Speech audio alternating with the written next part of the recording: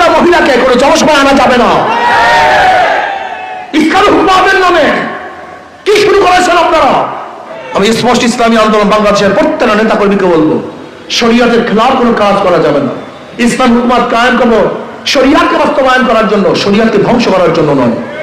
আর শরিয়াতকে ধ্বংস করে কিসের ইসলাম হুকুমাত? কেবল সামনে ইসলাম হুকুমাত কায়েম করার জন্য। শরিয়াতকে বিনষ্ট করে কেবল সামনে ইসলাম হুকুমাত কায়েম করার জন্য। এরকম ইসলাম হুকুমাত আমরা চাই না। আমরা চাই শরিয়াতের ভিত্তির ইসলাম হুকুমাত। আমরা কি চাই?